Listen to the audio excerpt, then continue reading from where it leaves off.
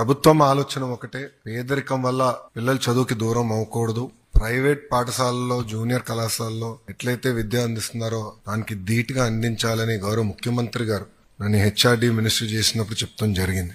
Secretariat లో కూర్చొని మేము అనేక నిర్ణయాలు తీసుకుంటాం, కానీ ఆ నిర్ణయాలు అమలు చేసేటప్పుడు మేము అందరం ఫీల్డ్కి వెళ్తాం. దాంట్లో ఒక నిర్ణయం గవర్నమెంట్ జూనియర్ కళాశాలలో మధ్యాహ్న భోజనం పథకం. నా ఆలోచన ఏంటంటే గతంలో పెట్టాం, మధ్యలో తీయేస్తారు, మళ్ళీ తీసుకురావాలి, అట్లనే నేను ఆలోచించా. కానీ నేను ఎప్పుడైతే పాయకాపురంకి వెళ్ళి చెల్లితో కూర్చుని మాడుతూ ఉన్నాను, ఆమెతో భోంచేస్తూ మాడినప్పుడు ఆమె చెప్పింది, నాకు అమ్మ నాన్న లేరు, మా అమ్మమ్మ నన్ను గత 10 సంవత్సరాలుగా చేపలు అమ్మి చదివిస్తుంది. మీరు ఇచ్చిన భోజనం వల్ల ఈరోజు మా అమ్మమ్మ పైన భారం తగ్గిందని చెప్తాం జరిగింది. ఇట్లా మీరందరూ కూడా మీ వెనకాల ఒక్కొక్క జర్నీ ఉంటుంది, ఒక స్టోరీ ఉంటుంది. కానీ ఈ రోజు మీరందరూ ఒక achievers.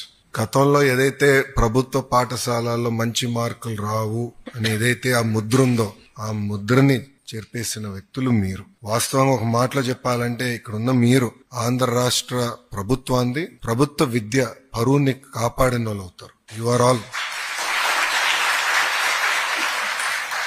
You are all our brand ambassadors today.